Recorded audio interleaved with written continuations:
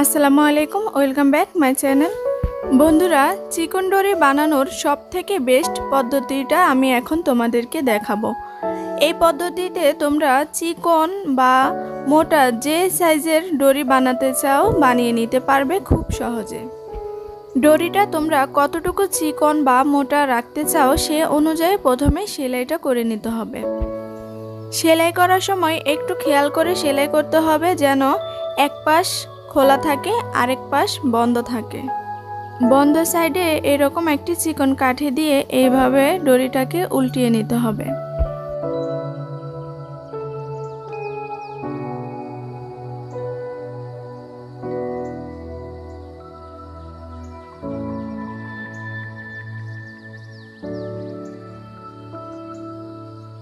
So বন্ধুরা, ভিডিওটি ভালো লাগলে অবশ্যই লাইক কমেন্ট শেয়ার করে দিও। আর যারা এখনও আমার চ্যানেলটিকে সাবস্ক্রাইব করোনি, আমার চ্যানেলটিকে সাবস্ক্রাইব করে পাশে থাকা বেল আইকনটি অন করে দাও, তাহলে আমি যখনই ভিডিও আপলোড করব তোমাদের কাছে চলে যাবে। আর যারা অলরেডি আমার চ্যানেলটিকে সাবস্ক্রাইব করেছো তাদেরকে অসংখ্য অসংখ্য ধন্যবাদ।